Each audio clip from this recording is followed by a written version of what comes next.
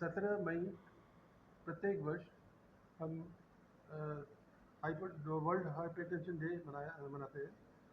तो इसका पर्पस क्या है मनाने का, और हम ग्लोबली इसे क्यों सेलिब्रेट करते हैं, और डॉक्टर्स और पेशेंट्स को इसकी उपयोगिताएं क्या क्या बनती हैं, इसके बारे में बात करते हैं।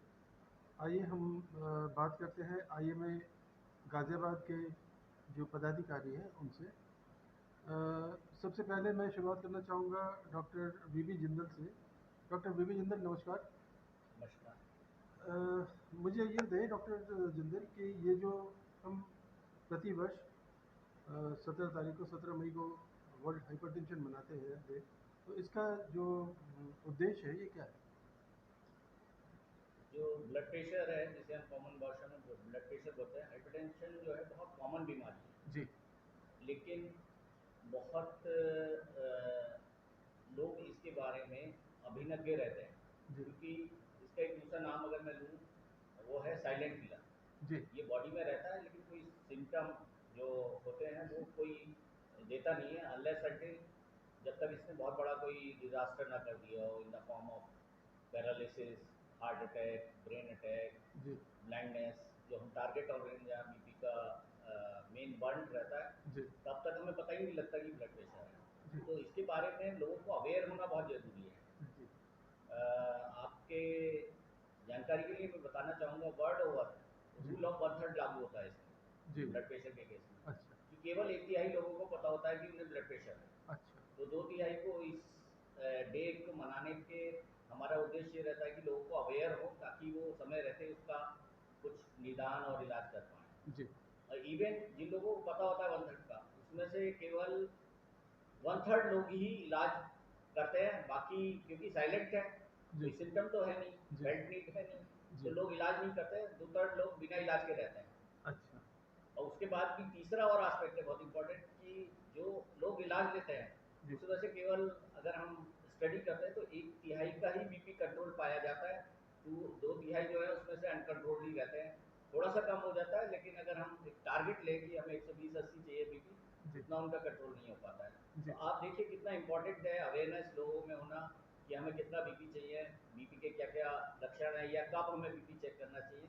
जी। इसलिए वर्ल्ड हाइपरटेंशन लीग एक इंटरनेशनल संस्था है, जी। उसने 2005 में ये शुरू किया था, मई में। जी।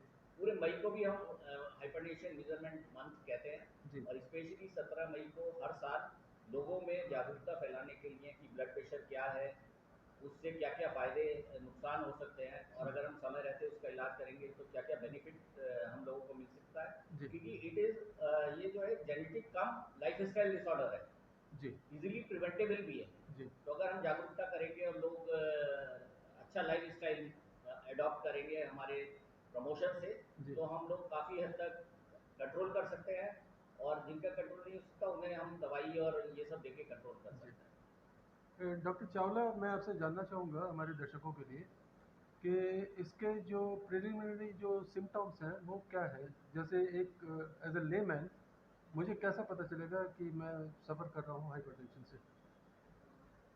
देखिए, जैसे डॉक्टर जिंदल ने बताया कि आधे से ज़्यादा लोगों को तो पता ही नहीं होता कि सिम्टम्स कुछ हैं। जी। तो इसीलिए चेक करना बहुत इंपॉर्टेंट है। सबसे पहले मैं इस जो चीज़ पर एम्फेसिस देना चाहूँगा कि अब सभी को अपना ब्लड प्रेशर ज़रूर चेक कराते रहना चाहिए। इसमें एज कोई बार नहीं है, किसी भी एज में आपको हाइपरटेंशन हो सकता है। वो 20 साल भी हो सकता है, वो 19 साल भी हो सकता है, वो 15 साल भी हो सकता है। जी।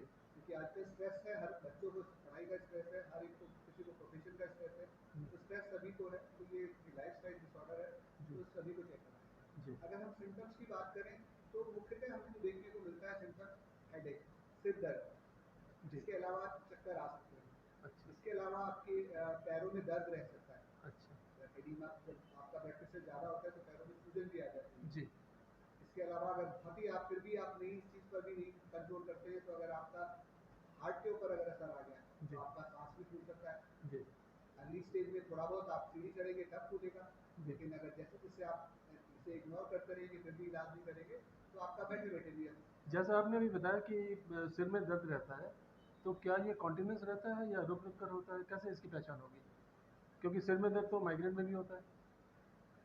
देखिए, सबसे ज़्यादा ज़रूरी है, जब भी आप डॉक्टर के पास जाएँगे तो आपको डॉक्टर ब्लड प्रेशर चेक करना है। जी कभी भी सिर दर्द का आवाज़ लेके आप डॉक्टर के पास पहुँचेंगे तो उसको ब्लड प्रेशर तो चेक करना ही चाहिए। जी। फर्स्ट एंड फॉरमोस्ट कॉज़ जो है वो ब्लड प्रेशर हो सकता है। जब अच्छा। ब्लड प्रेशर नहीं होता तब हम लोग माइग्रेन की बात करते हैं, तब हम आँख में दिक्कत की बात करते हैं या दिमाग के अंदर ट्यूमर की बात करते हैं। जी तो पहला जब भी सिर दर्द हो तो सबसे पहला काम हम जो है ब्लड प्रेशर के बारे में सोचते हैं, और इसीलिए एज ए रूटीन जब भी आप डॉक्टर के पास जाते हैं तो गर्दन चेक करते हैं, आपका शुगर चेक करते हैं, ब्लड प्रेशर चेक करते हैं, जी ताकि अर्ली स्टेज में हम इस चीज़ को बता दें। जी। जैसा कि डॉक्टर चावला सर्वे रिपोर्ट बताती है कि औसतन हर 10 में से 2 या 3 लोगों को हाइपरटेंशन की शिकायत रहती है, कम या ज़्यादा, इरेस्पेक्टिव ऑफ एज ग्रुप। तो जैसा कि आपने बताया कि आजकल बच्चों में भी, हाउसवाइफ में भी और प्रोफेशनल्स में भी, सब में हाइपरटेंशन की शिकायत होती है। तो ऐसे में इसका वे आउट क्या है? अगर एज एन एक्सपर्ट आपको सजेस्ट करना चाहें हमारे दर्शकों को। क्योंकि सबसे ज़्यादा जो लाइफस्टाइल डिसऑर्डर्स के लिए ना मैं अपने सभी पेशेंट्स को बोलता हूँ कि एस बड़ा इंपॉर्टेंट है जी लाइफस्टाइल डिसऑर्डर से बचने के लिए। एस मतलब कि आपके इससे अगर शुगर कम से कम है, जी आपसे साल्ट आपका कम से कम है, आपकी स्लीप अच्छी है, जी आपकी सेडेंटरी लाइफस्टाइल नहीं है, जी आप स्मोकिंग नहीं करते हैं, और आपको स्ट्रेस नहीं। 6 एस है जिस पर हम एम्फेसिस देते हैं। जी अगर ये सब चीज़ें, अगर इन सब चीज़ों से आप टैकल कर लेंगे तो लाइफस्टाइल डिसऑर्डर से, चाहे वो ब्लड प्रेशर है, चाहे वो डायबिटीज़ है या कैंसर्स हैं, जी। सभी चीज़ों से बच पाएंगे। और आपने, क्योंकि इनसे आप बचेंगे तो आपका मोटापा से बचेंगे। करेक्ट। मोटापा जो है एक बहुत बड़ा फैक्टर है ब्लड प्रेशर के लिए भी जी और अन्य बीमारियों के लिए। जी। डॉक्टर नवनीत, आप ज़रा हमारे दर्शकों को कुछ अपने अनुभव के बारे में बताइए। Blood pressure hypertension. हाई जी होना जी जो हाइपरटेंशन है, मैं एक ईएनटी स्पेशलिस्ट होने के नाते बताना चाहूँगा जी कि हमारे पास जो पेशेंट चक्कर या सर दर्द या दूसरी चीज़ें ईएनटी रिलेटेड चीज़ें लेकर आते हैं, ब्लड प्रेशर ईएनटी को अफेक्ट करता ही करता है। ईएनटी में सिम्टम्स लेकर वो भी जाएगा तो हेडेक लेकर आता है, उसको भी पता रहता है कि वो उसका बीपी बढ़ा हुआ, जी क्योंकि साइनसाइटिस से भी सर दर्द हो सकता है। तो पेशेंट सर दर्द लेकर आता है ये सोचते हुए कि उसको साइनसाइटिस है, अब जी लोग बता देते हैं साइनस है, जबकि वो बीपी के बारे में अवेयर नहीं रहता जी कि वो हाइपरटेंसिव है। अगर किसी को चक्कर आते हैं तो उसमें भी सबसे पहले रूल आउट करना होता है कि उसका बीपी तो नहीं बढ़ा हुआ, क्योंकि ये मुख्य कारण हो सकता है। दूसरा, टिनिटस, जी अगर बीपी हाई रहता है तो कान में रिंगिंग सेंसेशन फील होती है पेशेंट को, तो पेशेंट केवल एक सिम्टम लेकर आता है कि मुझे सांस की आवाज़ आ रही है कान जी में, तो जी भी हमको जी बीपी को देखना होता है। जी। तीसरा, अगर किसी को अचानक आवाज़ लड़खड़ाना, हम्म, जिसको कहते हैं आवाज़ लड़खड़ाना शुरू हो जाए, जी या वो सीधा ना चल पाए, जी तो भी इसमें बीपी का रोल होता है, क्योंकि उसको वोकल कॉर्ड पैरालिसिस हो सकती है। जी और अगर बीपी बहुत ज़्यादा हाई हो जाए तो पेशेंट हमारे पास जो एपिस्टेक्सिस लेकर आता है, नाक से ब्लीडिंग होने लगती है। जी और अगर नाक से ब्लीडिंग हो जाए तो ये एक अच्छा साइन है, क्योंकि ब्लीडिंग हो गई वो बाहर निकल गई। जी अगर वही ब्लीडिंग अंदर हो जाए ब्रेन में तो पेशेंट स्ट्रोक में चला जाता है, जी इमरजेंसी या डेथ तक हो सकती है। जी। अच्छा, ये चूँकि गर्मी का सीज़न चल रहा है अभी, जी और अक्सर ये देखा गया है कि नाक से जो ब्लीडिंग होती है वो गर्मी की वजह से भी होती है। राइट। तो इसको हम कैसे अलग-अलग देख सकते हैं? जो हाँ, बीपी से जो रिलेटेड बहुत जो। अच्छा क्वेश्चन है। जी अगर कोई सिम्टम नहीं है किसी को, कभी कोई हिस्ट्री नहीं है, जी तो सबसे पहले हम ये मान के चलते हैं कि वो विदाउट हाइपरटेंसिव है। क्योंकि गर्मी के मौसम में गर्म हवा हमारी नाक को की जो मुलायम त्वचा है उसके ऊपर एक परत बना देती है, जी ड्राइनेस आ जाती जी है। और अक्सर ब्लीडिंग के दो पॉइंट होते हैं, एक तो हमारा जो नाक के बीच में पर्दा है, जी। इस पर्दे का अगला भाग जो बिल्कुल बालों से घिरा रहता है, ये हिस्सा, और एक अंदर वाला। वो साइनस कहते हैं जिसको, नहीं नहीं, वो। साइनस नहीं, अच्छा। जो हमारा नाक के बीच का पर्दा है जी जिसको हम जी जी सेप्टम जी कहते हैं, जी। जहाँ हमारे बाल होते हैं, अच्छा इस इस पॉइंट पर सबसे कॉमन ब्लीडिंग का ये एरिया होता है, क्योंकि सबसे ज़्यादा ड्राइनेस यहाँ होती है। अच्छा अच्छा। गर्म हवा, शुष्क हवा हमारे जो नाक का सेप्टम है इसके ऊपर जी। पपड़ी जमा देती है। अच्छा और अगर जरा सा भी वो छूट जाए, हिल जाए, जी तो चूंकि यहाँ ब्लड वेसल्स बड़ी जो थिन होती है, बड़ी जी पतली जी महीन होती है, जी। तो उनके फट जाने के कारण ब्लीडिंग होती है। अच्छा। तो ये शुष्क वातावरण के कारण जी होती है। और अगर ये ब्लीडिंग ब्लड प्रेशर की वजह से होती है, अक्सर ये नाक का जो सेप्टम अंदर वाला हिस्सा होता है जी वो वहां से होती है। तो सबसे पहले हम केवल टेम्परेचर को मानकर चलते हैं, जी फिर बाद में हमें जांच करनी होती है कहीं जी ये ब्लड प्रेशर तो, क्योंकि गर्मी से वैसे भी स्ट्रेस का लेवल बढ़ जाता है जी और बीपी बढ़ा रहता है, पता नहीं रहता, तो जी ये पैरेलली चलता है। पर फिर भी गर्मी के मौसम में ब्लड प्रेशर ज़्यादा है, खुश्की जो होती है वो ब्लीडिंग कराती है। ये आपने बहुत बारीक बात बताई हमारे दर्शकों को डॉक्टर नवनीत, कि जो साधारण व्यक्ति है उसके लिए थोड़ा सा खुद ही मतलब समझ पाना थोड़ा सा आसान हो जाता है कि ही सफरिंग फ्रॉम हाइपरटेंशन और ये ब्लीडिंग जो नॉर्मल ब्लीडिंग है। डॉक्टर चावला, मेरा अगला सवाल आपसे ये होगा, चूँकि गाज़ियाबाद में आप काफ़ी समय से, काफ़ी वर्षों से आपका अनुभव रहा है और गाज़ियाबाद राष्ट्रीय राजधानी क्षेत्र का एक महत्वपूर्ण शहर होने के नाते और ज़्यादातर लोग यहाँ प्रोफेशनल होने के नाते, अब यहाँ खेती किसानी तो रही नहीं, प्रोफेशनल लोग ज़्यादा हैं, तो स्ट्रेस जो है उसका लेवल बहुत ज़्यादा है, चाहे वो व्यावसायिक या जो प्रतिस्पर्धामूलक जो चीज़ें हैं उसकी वजह से हो या व्यक्तिगत जो टेंशन्स हैं वो हो। तो आप इसको अपने अनुभव के आधार पर बताइए कि क्या पुरुषों में और स्त्रियों में अलग अलग स्तर होता है इनका या फिर सब में बराबर होता है, पहली चीज़। दूसरी चीज़, इसको अगर हम इस तरह से देखें कि साहब बच्चों में एग्ज़ाम की वजह से, बड़ों में प्रतिस्पर्धा की वजह से, हाउसवाइफ में कुछ फैमिली अफेयर्स की वजह से, तो ये जो चीज़ें हैं इसको आप अपना अनुभव बताइए कि आपने किस तरह से इसको देखा है अलग अलग पेशेंट्स में। सही बातें आपने पॉइंट आउट की है।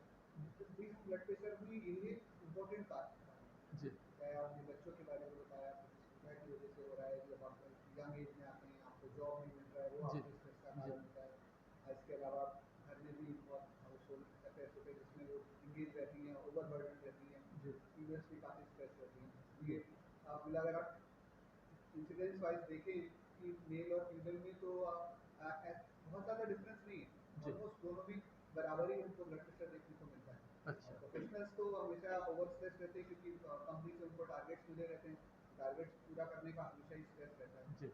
तो कुछ लोगों को ये, कुछ लोगों का ये मानना है कि भाई वुमेंस में हमारी जो नारी शक्ति है उनमें जो स्ट्रेस लेवल है उसको बियर करने की जो कैपेसिटी है वो पुरुषों की बनिस्बत तो थोड़ा ज़्यादा है। आपकी क्या राय है इस बारे में?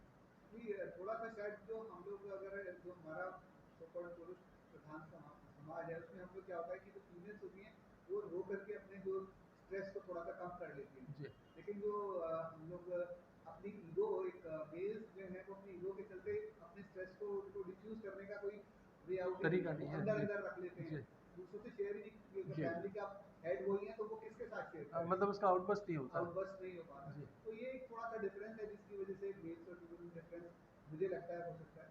और जो स्पेसिफिक रीजन में है मैं कोई पॉइंट आउट नहीं कर पाऊंगा। जी। डॉक्टर वानी, मैं आपसे जानना चाहूँगा चूँकि आप एक स्त्री रोग विशेषज्ञ हैं, तो और आपने यहाँ अपने करियर में बहुत सारे चैलेंजिंग जो केसेस है वो फेस किए होंगे।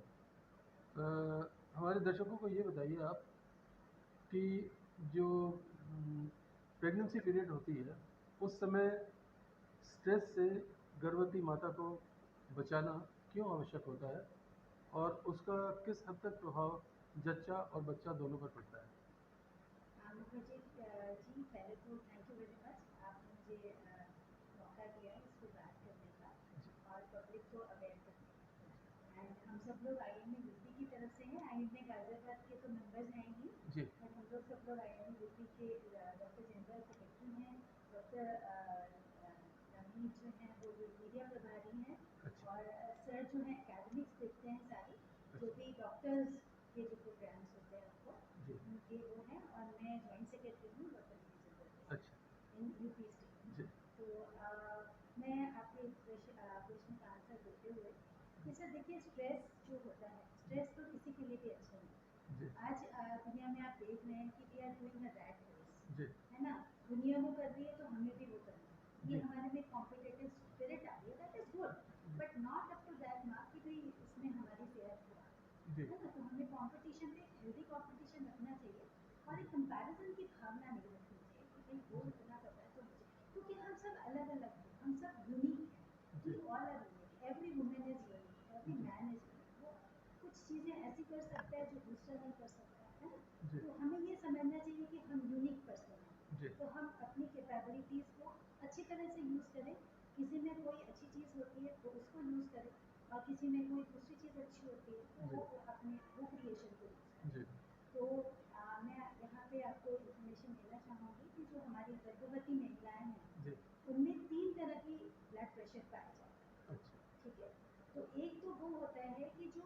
गर्भवती महिलाओं को जो ब्लड प्रेशर बढ़ा होता है, जी जो कि उसके प्रेगनेंसी से पहले ही बढ़ा होता जी है ना। तो जी इसमें जैसे सर लोग बात कर रहे थे, इसको कहते हैं क्रॉनिक हाइपरटेंशन या एसेंशियल हाइपरटेंशन, जी। यानी कि उसका प्रेगनेंसी से कोई लेना देना नहीं। अच्छा दूसरी हाइपरटेंशन दो तरीके की होती है, जो कि प्रेगनेंसी इंड्यूस्ड होती है, यानी जी। कि प्रेगनेंसी के कारण होने वाली अच्छा हाइपरटेंशन या जी ब्लड प्रेशर बढ़ना। जी ठीक है, जी। तो इसमें दो तरीके के ये होते हैं कि एक होता है प्री एक्लेम्शिया, जो अच्छा कि ज़्यादा खतरनाक होता है, जी और एक होता है जेस्टेशनल हाइपरटेंशन। जी जेस्टेशनल हाइपरटेंशन यूजुअली ये दोनों ही चीज़ें जो है प्रेगनेंसी के मध्य में पाई जाती है। जैसे अच्छा हम सब जानते हैं कि प्रेगनेंसी का जो पूरा ड्यूरेशन होता है वो जी 40 वीक्स का होता है। जी तो जो 20 वीक्स के बाद शुरू होने वाली ये दोनों चीज़ें हैं, जो कि प्रेगनेंसी इंड्यूस्ड हाइपरटेंशन, यानी कि प्रेगनेंसी के द्वारा क्रिएट की गई हाइपरटेंशन है ये दोनों। जी तो प्री एक्लेम्शिया जेस्टेशनल हाइपरटेंशन में सिर्फ इतना ही फर्क है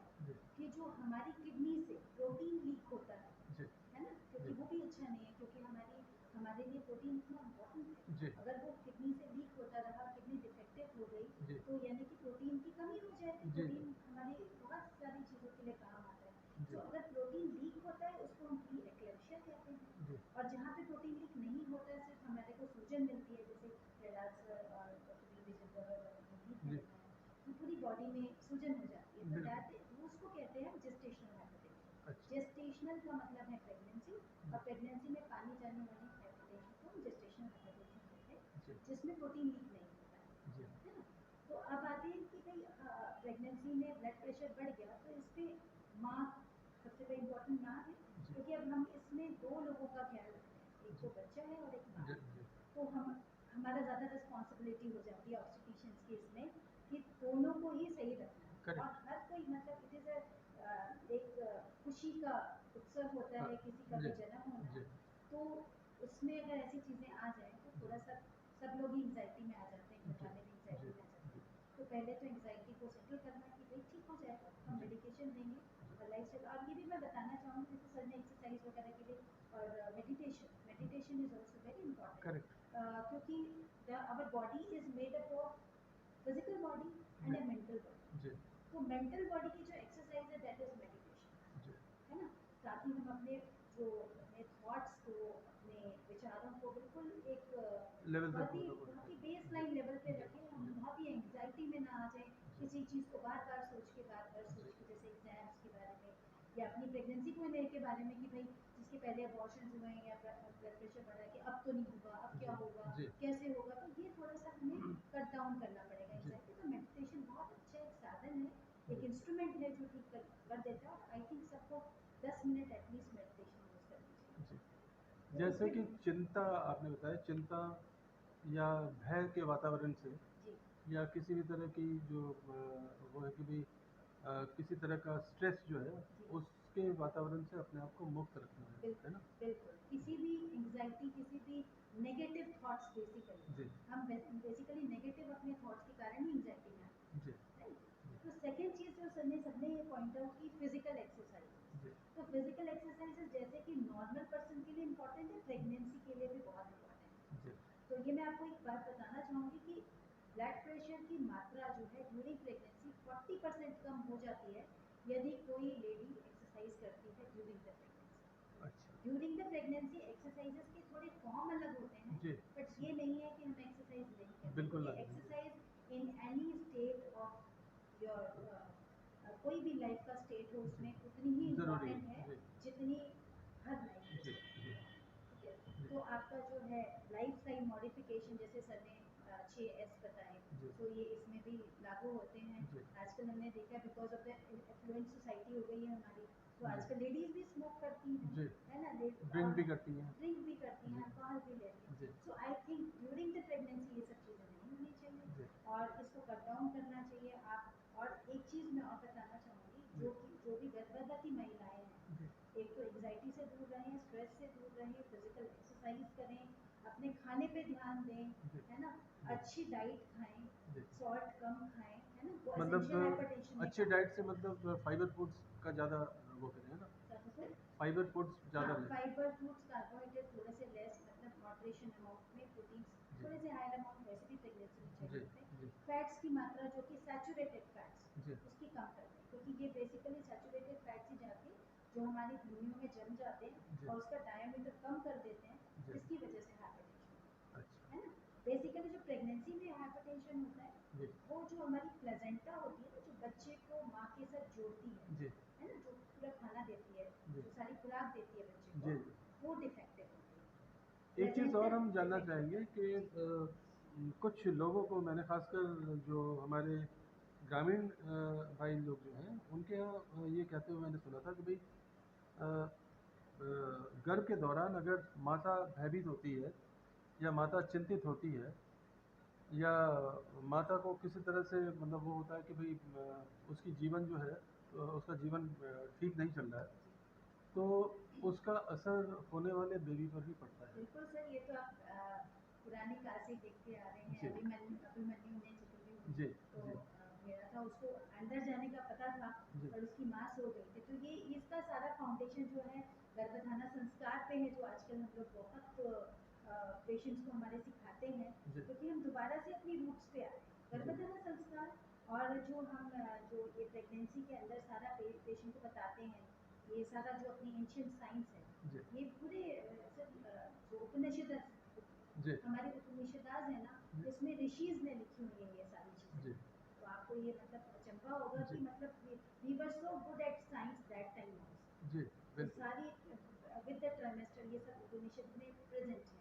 जी तो बेसिकली डेफिनेटली आपके अंदर की कोई चीज़ है जो आपसे कनेक्टेड है, हर चीज़ आपके थ्रू उसको ब्लड मिल रहा है, जी तो जो आपकी स्थिति होगी, जो आपकी मनोस्थिति होगी, जी वो उस बच्चे की भी बच्चे की भी मनोस्थिति जी होगी। तो ये एक चीज़ और बताना चाहूँगी इसमें जी जो कि बहुत इम्पोर्टेंट है, जी जो कि मैं लीव नहीं कर सकती, इसमें रेड फ्लैग साइंस क्या होते हैं। अच्छा रेड फ्लैग साइंस मतलब कि आप अपने ऊपर गूगल ना पढ़ें, अच्छा कुछ ना पढ़ें, अगर ये साइंस आए तो जी आप प्लीज़ अपने डॉक्टर के पास ही जाएं।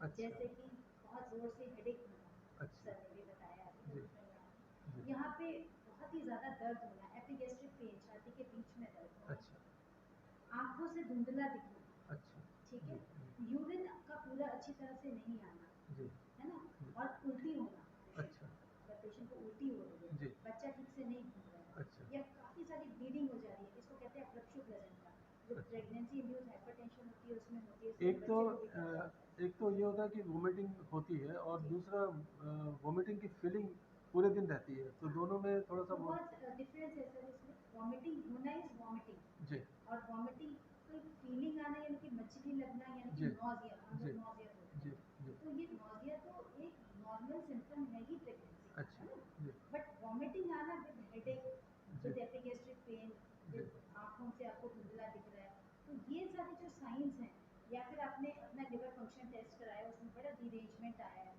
अच्छा जी बहुत ही गड़बड़, आपके तो डबल से भी ज़्यादा आपके एलएफटी हो रहे हैं, जी मतलब हम लोग एसजीओटी पीटी लेते हैं वो ज़्यादा हो रहे हैं। जी तो ऐसी स्थिति में आपको अस्पताल जाना चाहिए, क्योंकि जो मैंने आपको चीज़ बताई ना, प्री एक्लेम्शिया, जी वो बढ़ जाती है, स्टेप अप हो जाती है एक्लेम्शिया में। अब अच्छा एक्लेम्शिया में क्या होता जी है, एक्लेम्शिया में पेशेंट का ब्लड प्रेशर बढ़ने के साथ साथ पेशेंट को झटके आते हैं, जैसे एपिलेप्सी में आते हैं जी ना, जी तो उसको झटके आते अच्छा हैं। और इसमें इस दौरान अगर वो ज़्यादा आए तो बच्चे को भी ऑक्सीजन नहीं मिलती है, क्योंकि पेशेंट सांस नहीं ले पाता है, जी बच्चे की डेथ भी हो सकती है ना, पेशेंट को एस्पिरेशन हो सकता है, पेशेंट को ऑब्वियसली बहुत सारी प्रॉब्लम्स, जी लंग फेलियर हो सकता है, जैसे सर ने बताया हार्ट फेलियर हो सकता है, जैसे डॉक्टर नवनीत ने बताया जी कि ये नाक से गया, नहीं तो यहाँ पे भी बन सकता है जी एक इंट्राक्रेनियल हेमरेज, मतलब कि हमारे जी ब्रेन के अंदर भी जी कोई धमनी फट सकती है, जिसके जी कारण जो है जी आपका ब्लड इकट्ठा हो जी सकता है ना। जी तो ये सारी चीज़ें बहुत इंपॉर्टेंट है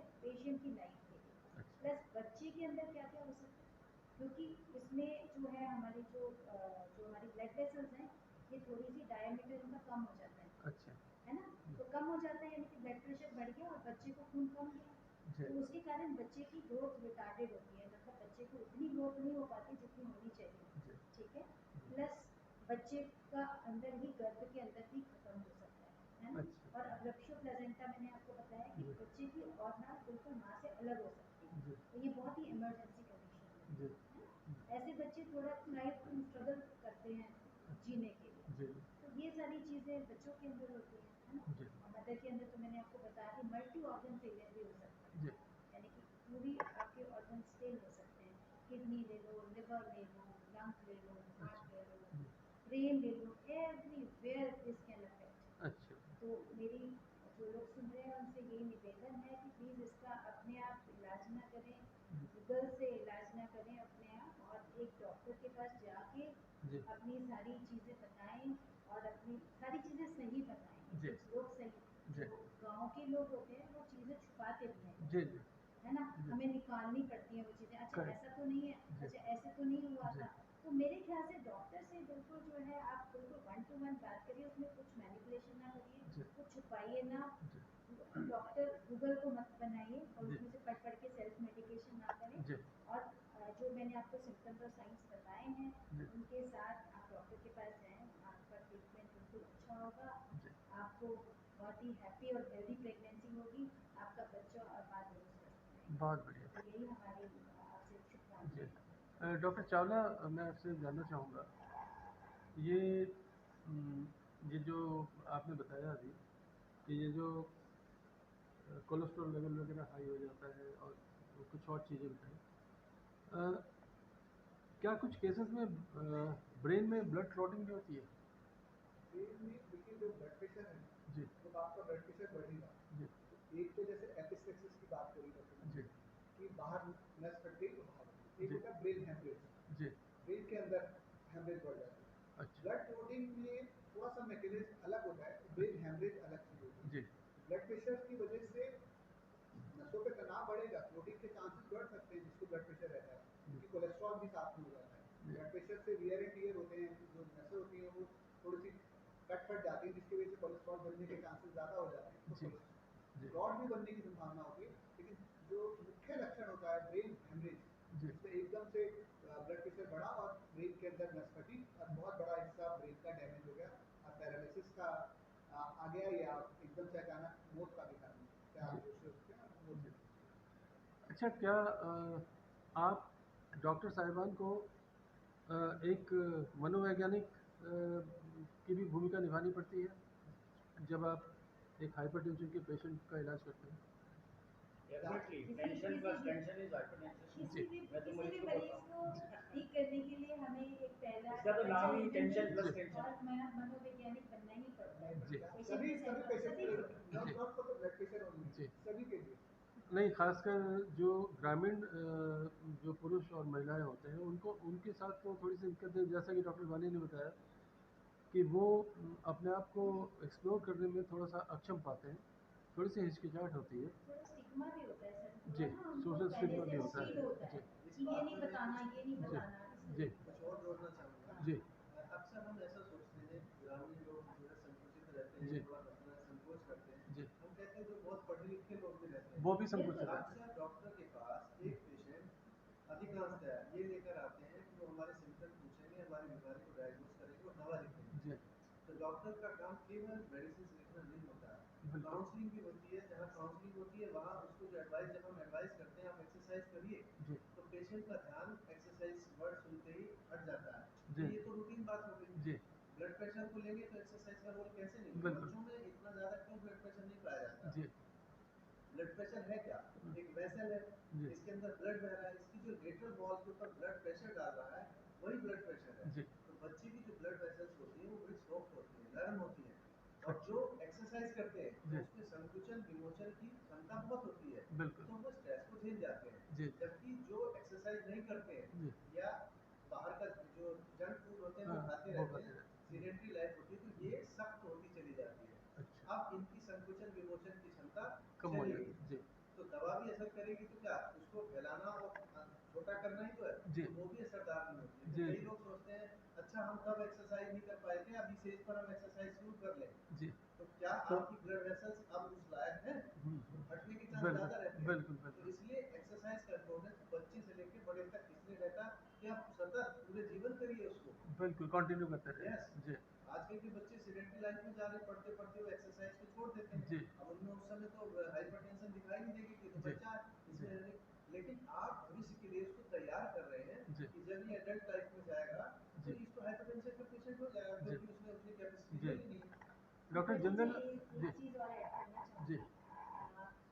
जो आप ये हाइपरटेंशन वगैरह जो बात हम लोग कर रहे हैं, जी जो इसके बीज बोए जाते हैं जी वो बहुत ही अर्ली एज में, अच्छा जैसे डॉक्टर साहब ने कहा, जी वो जैसे बच्चा जब बड़ा होता है ना, जी हम इतना फास्ट फूड खिलाते हैं जी और बड़े जी हम लोग सोचते हैं और बड़ा बड़े दिमाग में लाड दैट इज महसूस रॉन्ग। होते अभी मैं डॉक्टर चावला से ही बात कर रही जी थी सर से जी कि सर हम लोग ये भी कुछ, आप तो मुखर्जी जी इतना अच्छा काम कर ही रहे हैं, तो हम लोग ये सोच रहे थे कि वी शुड, हम लोग उनको भी जागरूक करें, जी पेरेंट्स को बच्चों के लिए, जी है ना, जी क्योंकि जो इस लाइफस्टाइल जो भी जितने भी नॉन कम्युनिकेबल डिजीजेस हैं, जैसे डायबिटीज है, जी हाइपरटेंशन है, जी लिपिड्स का बढ़ना है, जी इनके सारों के जो बीज है ना, जी वो या तो माँ के पेट में उगते हैं, जी और या फिर जो जो उनका डेवलपमेंट Teenage. होता है, जो जी टीन एज और वो जो डेवलपमेंट होता है वहीं होता है, जी तो हमें वहीं पे उसको पकड़ के स्टॉप कर देना चाहिए, जी तो वो हर समय के लिए बंद हो जाएगा। डॉक्टर वानी, मैं आपसे एक प्रसंग का जिक्र जरूर करना चाहूँगा।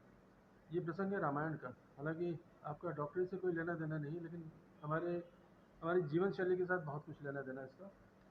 वो जब सीता मैया को लेने के लिए नंदन कानन पहुँचते हैं बजरंगबली हनुमान जी, तो उनसे सीता माता कहती है कि साहब तुम आए हो बेटा, लेकिन वो कह रहे हैं माता चिंता मत करो, हमारे साथ वानर सेना है। लेकिन सीता माता कहती है कि भाई यहाँ तो राक्षसों की सेना है, और तुम सुकोमल शरीर वाले वानर, तुम क्या कर पाओगे इनके आगे, कैसे टिकोगे? तो उन्होंने कहा कि नहीं, आप चिंता न करें, आपका जो पुत्र है वो सक्षम है। सीता माता ने कहा कैसे? तो फिर उन्होंने अपना, कहते हैं कि विराट रूप धारण किया, और उन्होंने फिर दिखाया कि भाई बजरंगबली का जो अवतार है वो कैसा होता है, रुद्र अवतार। तो कहने का तात्पर्य ये हुआ कि हमारे यहाँ, जैसा आपने बताया कि जागरूकता जागरूकता विराट रूप में होनी चाहिए, बिल्कुल सही। और जागरूकता हमारे यहाँ है नहीं। किसी भी विषय पर हम बहुत ज़्यादा हम खुद को रिलेट नहीं कर पाते हैं। खासकर मैंने देखा है कि कोविड 2 के बाद से एक ये ज़रूर ये आया है बच्चों में और यंगस्टर्स में भी, और ख़ासकर हमारा जो सो कॉल्ड जो ऑनलाइन कल्चर है उसमें हम हर चीज़ ऑनलाइन मंगवाते हैं, चाहे वो फूड स्टफ़ हो, चाहे वो हमारी गेमिंग की चीज़ हो, या हम नौकरी करते हैं तो ऑनलाइन करते हैं। तो मैं डॉक्टर जिंदल से और डॉक्टर चावला से पूछना चाहूँगा कि आपने दोनों कोविड को देखा है और बहुत गहराई से देखा है, तो प्री कोविड जो सिम्टम्स थे और अब के जो सिम्टम्स हैं उनमें बढ़ोतरी तो हुई होगी डेफिनेटली, क्योंकि अ, बच्चे भी हमारे स्कूलों में जो बच्चे हैं वो बल्कि हो गए हैं, उनमें एक्सरसाइज करने की भावना जो समाप्त हो गई है, मैदान, खेल के मैदान से वो बहुत दूर हो गए हैं, उन्हें डर लगने लगा है। फुटबॉल क्यों खेलें, क्यों अपने आप को हम थकाएं, ज़रूरत क्या है, ऑनलाइन गेम तो बहुत बहुत बढ़िया है। तो ऐसे में डॉक्टर्स की भूमिका आपको नहीं लगता कि और ज़्यादा बढ़ जाती है? डॉक्टर जिंदल क्या कहना चाहेंगे आप? डेफिनेटली अगर हम पब्लिक स्कूल्स में जाएं, प्राइवेट स्कूल्स में, इवन गवर्नमेंट स्कूल में, जी childhood obesity is a epidemic. जी एपिडेमिक का मतलब होता है अचानक एक exceptional increase in the number. जी पिछले 4-5-6 साल में जी it has grown like anything. और कोविड में तो बिल्कुल ही आग में घी जैसे डालते हैं वो वाला काम किया जी है जी कि बच्चों ने बाहर निकलना ही बंद कर दिया। जी एंड हम लोग देखते हैं जब हम लोग मेडिकल स्टूडेंट थे 90s में और 80s में, जी तो ब्लड प्रेशर की, डायबिटीज़ की एज हम लोगों को पढ़ाई जाती थी 50+। जी हमारे देखते देखते ये 35 पे आ गई है, बिल्कुल 35-40 जी पे। We are seeing lot of cases of hypertension, we they all are a part of जो हम बोलते हैं ना जीवन शैली वाली बीमारियाँ। जी जी तो हम लोगों का रोल तो बहुत इम्पोर्टेंट हो जाता है कि किसी तरह से कुछ लोगों को सुधारें।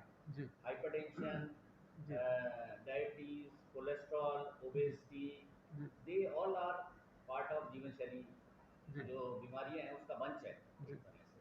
किसी को कोई सी पहले आ जाती है, एक्सप्रेशन हो जाता है, किसी को कोई सी दूसरी पहले हो जाती जी है। यूजल रूटीन इज पहले ओबेसिटी आती है, जी फिर ब्लड प्रेशर आता है, फिर डायबिटीज आती है, फिर कॉम्प्लिकेशन इन चीज़ों के आने लगते जी हैं। तो हमें इसे अगर रोकना है तो हमें स्कूल लेवल पे रोकना होगा।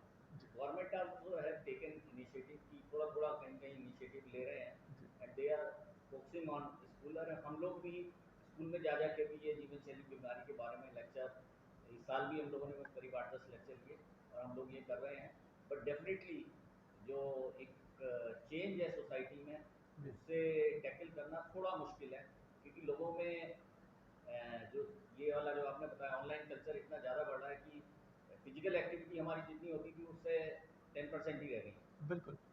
अच्छा, एंड दे तो all make you vulnerable for all जीवन शैली वाली बीमारी। आप आईएमए गाजियाबाद की तरफ से स्कूलों में या वर्क प्लेस में क्या कोई वर्कशॉप वगैरह अरेंज करते हैं ताकि लोगों में अवेयरनेस हाँ, बढ़े? हम लोग करते हैं जी, मतलब ऑलमोस्ट कोई एवरी कैंप मंथ। वगैरह? डॉक्टर स्कूल हेल्थ चावला और प्रोग्राम ये होता है, जी स्कूल हेल्थ प्रोग्राम है, हमारी विलेज हेल्थ कमेटी है प्रोग्राम सर, है। इसकी जी आईएमए की कमेटी है सर, जी उसके हेड है, जी जो हम स्कूल और सोशल वेलफेयर प्रोग्राम्स जी करते हैं। जी। तो ये हम सोसाइटी के लिए करते हैं और अच्छा। बच्चों के लिए करते हैं। बच्चों में भी जैसे जितनी भी ये डिजीजेज हैं उसके जी लिए करते हैं, जी और हम लोग सेक्सुअल उस पर भी करते हैं, जो जी मेंस्ट्रुएशन प्रॉब्लम्स जी और जो सेक्सुअल प्रॉब्लम्स, क्योंकि उसको भी जो एड्रेस करना बहुत जरूरी जी है ना, जी। ताकि आगे आने वाले वक्त में वो आगे जितने भी जो क्राइम होते हैं जो होते हैं वो वहीं पे रोक दिए जाए। अच्छा, एक एक ऑलमोस्ट हर महीने एक एजुकेशन प्रोग्राम होता है depending upon the target population. अच्छा, डॉक्टर चावला, एक साधारण जानकारी हमारे दर्शकों के लिए मैं ज़रूर लेना चाहूँगा आपसे। ये कहा जाता है कि भाई ये जो हाइपरटेंशन की बीमारी है बड़े लोगों की बीमारी है, गरीबों को कहाँ लगती है ये बीमारी? आप क्या कहेंगे, क्या ये बड़े लोगों की बीमारी है? पहले शायद ऐसा कभी हुआ करता जी हो, जी लेकिन अब तो ये बिल्कुल बदल चुका है जी कि जो भी शैली, जिसे हम जिसे कहते हैं कि गांव का भी अर्बनाइजेशन हो गया है। जी अब जो गांव में जो किसान है वो ट्रैक्टर यूज करता है, आने जाने के लिए मोटरसाइकिल यूज करता है वो, जी। और फिजिकल वर्क तो ना के बराबर होती है, बाकी बिल्कुल। कटाई भी सब मशीनों से होती है। जी तो बिल्कुल इक्वली वनरेबल हैं जो किसान हैं, जी खासतौर से जो अर्बन एरिया के आसपास के किसान हैं, वो तो पूरी तरीके से प्रोन है, और बहुत ज़्यादा ब्लड प्रेशर देखने को मिलता है उनमें भी। जी। और ऐसा मुझे नहीं लगता कि बहुत ज़्यादा डिफरेंस है कि वो ब्लड प्रेशर से बचे हुए हैं। आपको ऐसा लगता मैं है कि? इसको सर एक लाइन में जी डिफाइन करना जी। चाहूँगा कि ये मानसिक रूप से गरीब लोगों की बीमारी है, करेक्ट। जो मानसिक रूप से अपने आप को ये नहीं कर पा रहे कि एक्सरसाइज करें, हम अपनी दिनचर्या को नहीं बदल रहे, तो मानसिक रूप से गरीब हो गए। बहुत सही, बीमारी बहुत पैसे सही। को नहीं देखती है। जी जो मानसिक रूप से बहुत एक्टिव है, जी। उन्हीं को पढ़ा लिखा और आप सक्षम करिए, बिल्कुल। वरना वो कोई भी हो सकता है, जी गांव में जी रहने वाला, शहर में रहने वाला, कोठी में रहने वाला, जी झोपड़ी में रहने वाला। जी अगर झोपड़ी में रहने वाला एक्टिविटी कर रहा है, हाथ पैर चलाता है अपना, जी। तो वो आपको स्वस्थ रहेगा वो। स्वस्थ रहेगा। जी जी, बिल्कुल सही है। तो ये जो मिथक है, ये मिथ्या है कि हाइपरटेंशन की बीमारी बड़े लोगों की बीमारी, वो किसी टाइम में शायद हुआ करती थी, लेकिन अब ऐसा नहीं है। अच्छा, क्या हम ये जो प्रॉपर, हम जो आपने जैसा कहा डॉक्टर नवनीत, कि दिन भर में एक बार पसीना आना चेहरे, मतलब पूरी बॉडी पे, हार्ट की पंपिंग का होना, ब्लड सर्कुलेशन का एक प्रॉपर तरीके से होना, और अच्छी जीवन शैली, अच्छा लाइफस्टाइल, अगर हम इसको मेंटेन करें तो इसको हम बहुत हद तक कम कर सकते हैं। बिल्कुल, जी उसका मैं एग्जाम्पल दूंगा। जी अगर हम अपना वजन 10 किलो कम कर लेते हैं तो हमारा, ये साइंटिफिक फैक्ट है, जी।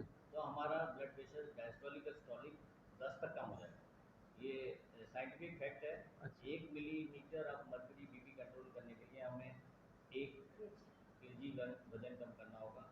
अच्छा। ऐसे ही डायबिटीज में भी लागू होता है, जो कि बहुत इंपॉर्टेंट है। जी वहाँ पे भी है, अगर हम 20% अपना वेट कम कर लेते हैं तो रिवर्सल ऑफ डायबिटीज के चांस रहते हैं इनिशियल स्टेज में, अच्छा। जिनकी इसमें शुरुआत हो बस जाती है। एक थोड़ा सा कैच यही है कि जैसे टाइप 2 डायबिटीज है, जी। ये उसमें लागू हो पाएगा जो ओवरवेट या इंसुलिन रेजिस्टेंस के लिए है। अच्छा। ऐसी ब्लड प्रेशर भी ये, अगर ओबीज है कोई जी तभी हो पाएगा, या जी कोई पहले से उसका वजन कम है तो उसमें ये क्लॉज नहीं है, क्योंकि ब्लड प्रेशर होने की सिर्फ एक ही इटियोलॉजी नहीं है जी। कि आपका ओवरवेट है इसलिए ब्लड प्रेशर है। ब्लड अच्छा प्रेशर के लिए कुछ इनहेरेंट कारण भी हो सकते हैं कुछ लोगों में, अच्छा। लेकिन जो हम जो कर रहे हैं जनरल की लाइफ स्टाइल डिसऑर्डर की, तो उसमें ओबेसिटी या मोटापा होता है, तो उसमें जो डॉक्टर सिंगल ने बताया जी ये बहुत इफेक्टिव है। अगर वेट कम करते हैं तो सीधा सीधा हमें मैं ब्लड तो प्रेशर मरीज कम को करना बोलता हूँ दवाई नहीं खानी, तो भैया 10 किलो वजन कम कर लो, तुम्हारा बीपी ठीक हो जी। जाएगा। एक बिल्कुल। चीज़ ऐड करना चाहूँगी, जी जो डॉक्टर नवनीत जो ने जो कहा, जी बहुत ही सुंदर तरीके से उन्होंने लाया है ये, कि जो मानसिक रूप से गरीब है, जी राइट, जी जो कि सेल्फ मोटिवेटेड नहीं जी है,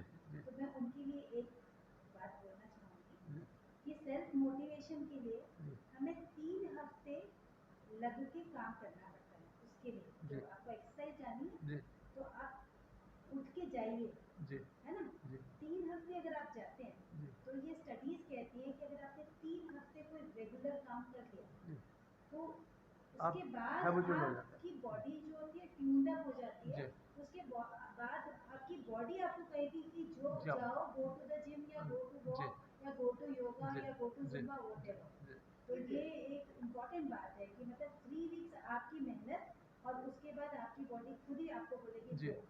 जी एक साइंटिस्ट में लेमार्क, जी उन्होंने कहा अंगों का उपयोग अनुपयोग, उन्होंने समझाया जी अगर हम शरीर के किसी हिस्से का उपयोग नहीं करेंगे जी तो समझ लीजिए वो अनुपयोगी हो जाएगा। बिल्कुल करेक्ट बिल्कुल करेक्ट। घुटने उनके बदले जाते हैं, लोहे के घुटने उनके लगते हैं जो लोहे के चीनों पे चलते हैं। बिल्कुल जो पैदल चलते हैं उनके घुटने नहीं बदलते, वो 80 साल के भी चलते हैं। करेक्ट जो 25 साल में भी कुर्सी पे बैठे रहते हैं उनको 50 साल में ही लोहे के घुटने हो जाते हैं। बिल्कुल बिल्कुल तो मुखर्जी अंगों का उपयोग मुखर्जी कीजिए, जी, जी वो आपके चलते रहेंगे। जी बिल्कुल सही। मुखर्जी जी एक है ना बड़ी अच्छी, बस सॉरी मैं जी इंटरप्ट कर जी रही हूँ, बहुत ही अच्छी एक व्हाट्सएप पे भी आपने देखी होगी, बड़ी अच्छी इमेज आती है जिसमें 80s में दिखाते हैं कि टीवी बहुत मोटा होता है जी और बाकी सब पतले पतले होते हैं और जी कुछ खेल रहे होते हैं। जी और मेरी पिक्चर है और जो अभी के सदी में टीवी तो बिल्कुल फ्लैट हो जाता है जी और बाकी सब मोटे होते हैं और वो सब बिल्कुल अपना मोबाइल देख रहे होते हाँ हैं। तो बिल्कुल this is what we are today. ये बिल्कुल हम ऐसे ही हो गए हैं, जी बिल्कुल है ना। तो आई थिंक हमें 80s में जाने की ज़रूरत है, जैसे कि मतलब हमारे ऑब्स्टिशियन से बहुत कोशिश कर रहे हैं जी कि दोबारा से उन्हीं उपनिषदास जो हमें बताते थे हम उन्हीं पे जाएं। जी और पूरा गर्भधारण संस्कार आजकल हर कोई करा रहा है जी कि वो पूरी प्रेगनेंसी में जो है आपको पूरा ट्रेंड करते हैं कि how to train the mind. तो करेक्ट 360 डिग्री मैं वही कहती हूँ, 360 degree health is important for everyone. मतलब आपका माइंड, जी बॉडी और सोल तीनों हेल्दी होना जी चाहिए। That ये is शरीर कल्प वृक्ष है, जी इसमें आप जैसी कल्पना करेंगे करेक्ट, वैसे ही फल जैसा फूटियाँ बीज लगेंगे, डालेंगे वैसी वैसे फल, है होगा। ना। जी तो हाइपरटेंशन आप लगा सकते हैं, जी आप उसके लिए एक्टिव रहिए। जी आप सभी महानुभावों से हमारे दर्शकों को बहुत सारी जानकारियाँ मिली और उम्मीद है कि हमारे दर्शक इससे काफ़ी सारे लाभ ले पाएंगे और काफ़ी सारी जो उपयोगिताएं हैं वो जान पाएंगे। आप सबों का बहुत बहुत धन्यवाद। नमस्कार। Thank you.